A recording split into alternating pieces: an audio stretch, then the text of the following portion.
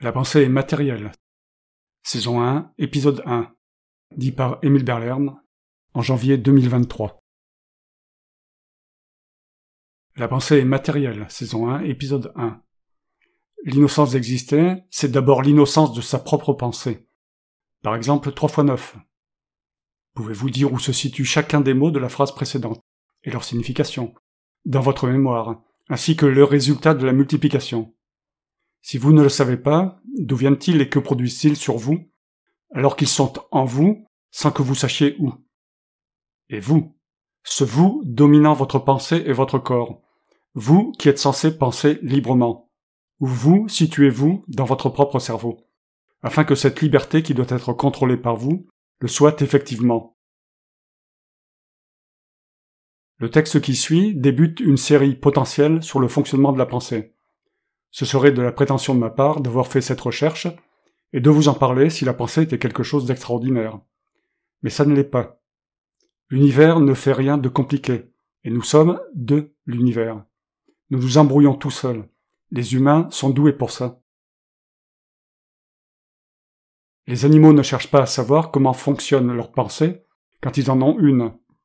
Mais quand un animal possède une forme de pensée, ne devrait-il pas chercher en priorité comment elle fonctionne? Le cerveau n'est-il pas l'organe le plus important?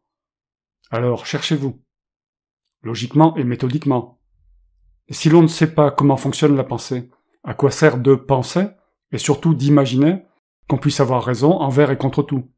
C'est-à-dire croire. Phrase qu'il y a un certain temps que je n'avais prononcée.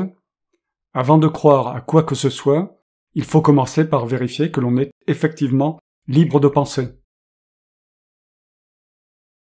Un automate est une chose que l'on dépose quelque part et qui fonctionne sans se poser de questions sur les raisons de son existence et de son fonctionnement. La plupart des humains sont ainsi. Ils acceptent leur existence et ne cherchent pas à savoir le pourquoi et le comment ils vivent et ils pensent. Ils sont déposés ici ou là sur la planète et à telle ou telle époque. Ils fonctionnent tels des machines. Ils sont de simples machines. Si vous qui me lisez ou m'écoutez, vous n'avez pas déjà commencé cette recherche existentielle capitale, au vrai sens du terme, voilà quelques éléments sur le fonctionnement de la pensée qui pourraient vous intéresser. La pensée est matérielle, et ne peut être que matérielle, par définition. La matière est ce qui interagit. Car ça n'interagit pas, ce n'est pas connaissable. Et ce qui n'est pas connaissable n'a aucun intérêt, sauf pour le roman fantastique ou la personne mystique. La pensée se répète, elle est donc mémoire. La mémoire est matérielle. La conscience se répète, elle est mémoire, elle est matérielle. La perception se répète, elle est mémoire, elle est matérielle. Vos idées sont matérielles puisque constituées de matière. Une chose importante à savoir est qu'il ne peut y avoir un interpréteur dans l'interpréteur. Car si vous cherchez un interpréteur des informations dans le cerveau, il faudra vous demander comment cet interpréteur fonctionne et comment il possède les informations de décodage, des informations qui lui parviennent. Le cerveau n'est pas un emboîtement infini de poupées matrioshka. Notre corps est l'organe de la pensée, car il n'y a pas de raison de distinguer un neurone d'un autre neurone, un circuit nerveux d'un autre circuit. Le corps entier est l'interpréteur du monde. Nous n'avons pas d'interpréteur installé à la construction. Cet interpréteur du monde, c'est nous dans notre globalité. Et nous sommes construits de A à Z par notre mère qui a juste copulé pour lancer la fabrication. Il ne reste plus qu'à comprendre comment se configure l'interpréteur du monde que nous sommes. Au bout de 8 jours, chez les acheteurs, aucun des ordinateurs, sortis d'une même usine et parfaitement identiques à la construction, quasiment dans les moindres détails, ne possèdent les mêmes fonctionnalités et mêmes données. Chez les humains, tout est différent dans les détails, aussi bien à la construction que dans la première semaine de fonctionnement, même si nous sommes semblables morphologiquement. Des jumeaux parfaits deviennent rapidement différents, même si vous n'êtes pas capable de les différencier superficiellement. Le corps est, avant tout, sous la peau. La peau n'en est que la surface. La structure anatomique et morphologique de l'animal est en relation directe avec son potentiel d'action. Il en est de même pour nous. Si nous avions des ailes, nos comportements seraient en accord avec la structure nerveuse que nécessite l'utilisation des ailes. Et notre pensée serait différente, nos sociétés seraient différentes, et nos politiques totalement différentes. La mémoire est structurelle, et la pensée s'établit en fonction de cette structure mémorielle. Il y a quelques milliards d'années sur Terre, apparaissait la première cellule capable de se reproduire, quasiment, à l'identique. À partir de ce moment, ce que nous appelons la vie s'est répandu sur la planète. La multiplication a été quasi exponentielle, et donc probablement extrêmement rapide. La planète a été entièrement occupée par les monocellulaires. Les tempêtes, les courants marins ont disséminé les cellules à travers le globe, et quand les conditions étaient viables, elles se divisaient, grossissaient et recommençaient la division indéfiniment. La structure moléculaire des cellules étant complexe, elles sont fragiles. La fragilité conduit à l'instabilité. L'instabilité relative est le principe premier de l'existence. Les cellules évoluent. De multiples types de cellules apparaissent. L'évolution n'est qu'une conséquence de l'instabilité. Et si nous n'avions pas été bloqués par les religions, nous aurions dû le découvrir depuis longtemps. L'évolution est normale.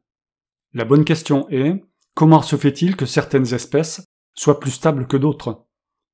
Et en connaissant la rapidité d'évolution de l'humain, toutes les sous-espèces qu'a produites cette branche animale, sans parler de sa stupidité, on peut se demander si son avenir n'est pas bouché. Dans un milieu restreint, les cellules ont dû rapidement crier famine. Il leur restait deux solutions. Aller voir ailleurs, donc se déplacer, ou cannibaliser la voisine. Les deux solutions ont été adoptées, et quelques autres, comme celle du myxomycète, qui est une cellule géante avec de multiples noyaux. Il y a aussi la coopération.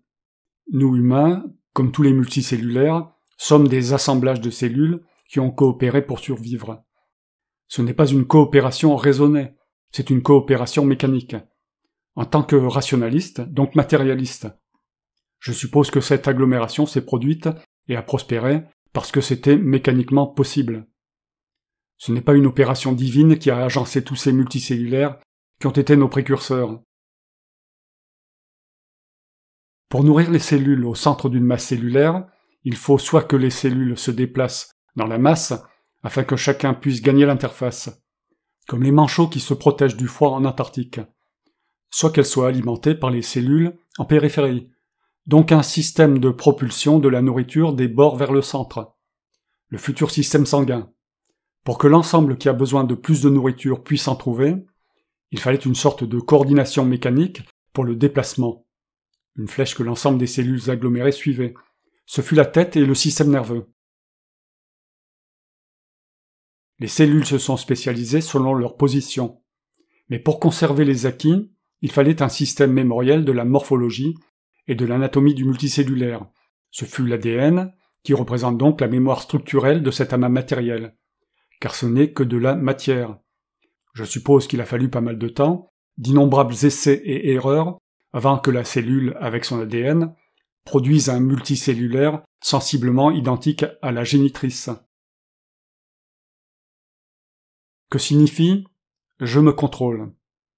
Est-ce que je contrôle me, c'est-à-dire je contrôle moi, ou plutôt je contrôle je? Mais qu'est-ce que ça peut bien vouloir dire? Si je numéro 1 contrôle je numéro 2, comment peut-il y parvenir? Soit les deux jeux sont identiques, soit il y a deux personnes en une. C'est incompréhensible, en apparence. Il y a plutôt encore une tentative d'embrouiller le logicien. Qui ne se laisse pas abuser, soyez rassurés. Fin de cette première partie sur la pensée. D'autres devraient venir. Si j'ai un avenir. Émile Berlerme.